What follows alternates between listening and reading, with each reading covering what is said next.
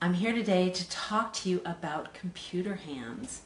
What do I mean by computer hands? Somebody who uses the computer a lot, who is, I don't know, almost everyone. So what happens when we use the computer a lot is that we tend to use our thumb in a certain way. We tend to mouse, or if we're gaming, we tend to use the controls in a certain way. And also, we sort of stabilize our wrist in a certain way and only use it for sustained periods in a very specific way.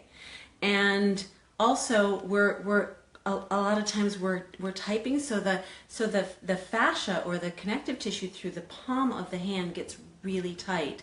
I don't know if you notice that about yourself, but it's probably true. So watch these really awesome tricks to at least give your body that stretch that it's really craving for, that in a satisfying way.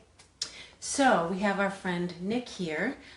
He's my skeleton that I demonstrate with, and also my amazing assistant Sophia. So she's going to help out because I'm going to demonstrate these stretches.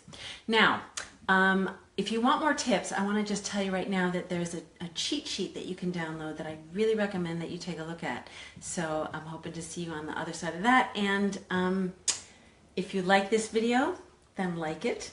And if you love this video, share it, because there's a lot of people who are using the computer and really need this information, because it helps to keep the sustainability of your hands for life. All right, let's start out. First, let me say that the hand has a lot of bones, right? There's 27 bones, I believe, in the hand, including the wrist bones.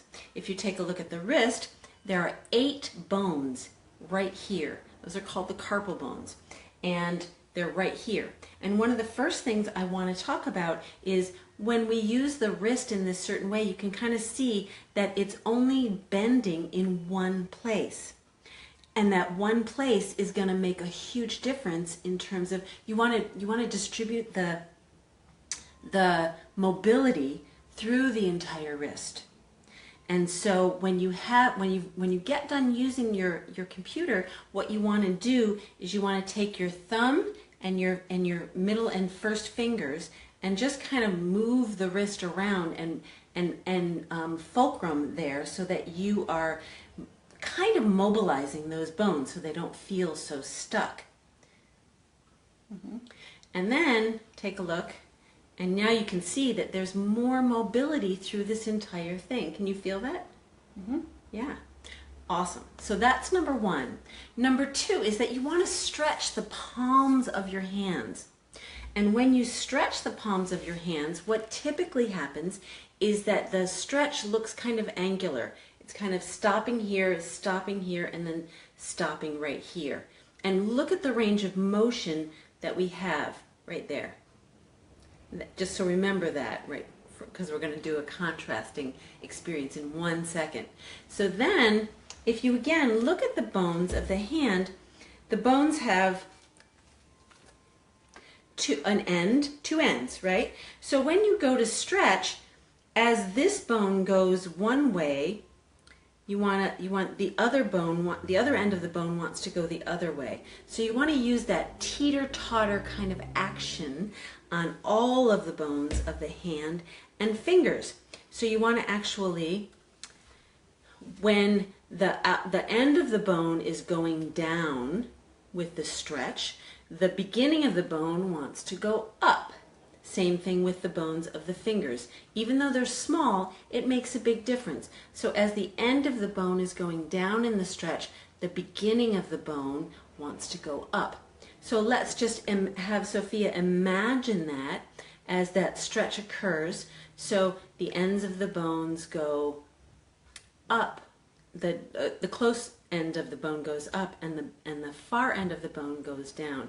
Now when we have that happen, we're actually creating more of an arc than the angular position that we had, and the stretch goes and goes and goes without hurting, without actually creating any harm, or without hurting. And you can see that it's much more of an arc, and the bones are doing their thing that they're normally designed to do, and the range of motion is way better. And the stretch is way more satisfying. Yeah. So you really feel like, ooh, something happened there. The next thing I want to talk about is what I talked about before, is that when we use the mouse, or when we use texting, or when we use the phone or the computer excessively, we're actually training our thumb to do something it's not really designed to do, and we're losing one of the most important evolutionary aspects of being a human species, which is the opposition of the thumb. Opposition means this, which means when the pinky can touch the tips of the fingers. That's not any part of what you use the computer around. What we use on the computer is more like this. So what gets tight is in here, in the web space between the two bones, and what gets weak is this fleshy part here that's supposed to be for that motion of opposition. So when you lift the thumb up and hold it there, you have to use this muscle. If you relax the inner part here and use only this muscle, then you're really training your thumb to do what it's supposed to do, but it's kind of lost connection with. Does that make sense? So now you're actually asking this muscle to hold up your thumb right there, and relaxing the web space, which you really want to do. You want to give your web space a break and relax, and then start to reach over for the pinky. And again, don't do it by squeezing the web space, but by using this fleshy part here to engage. And now you have a sense of spaciousness around the base of the thumb, and you're using this fleshy part right there. So then relax and notice how your hand feels. It's different. Feels different. Feels like it lighter. It got lighter. Which whenever you use the body the way it was designed, that's what you get, is that it starts to feel lighter. It's like giving a plant water when it's dry. Same kind of thing. You just start to feed the body what it wants, right?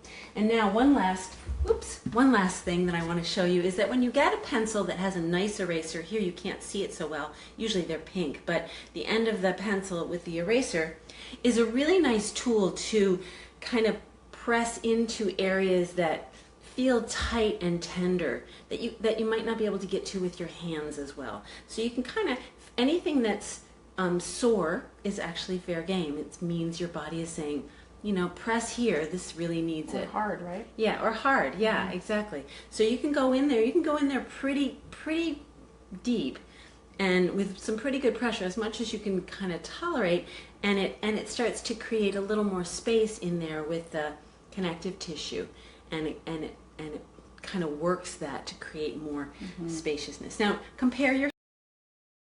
Yeah, this one's crunchy.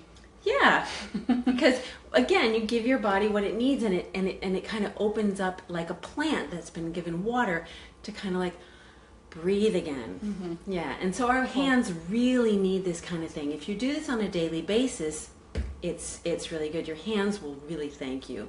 And so I encourage you to take care of your body. I'm Erin Birch, and I'm the founder of the Birch Method. So have an awesome day.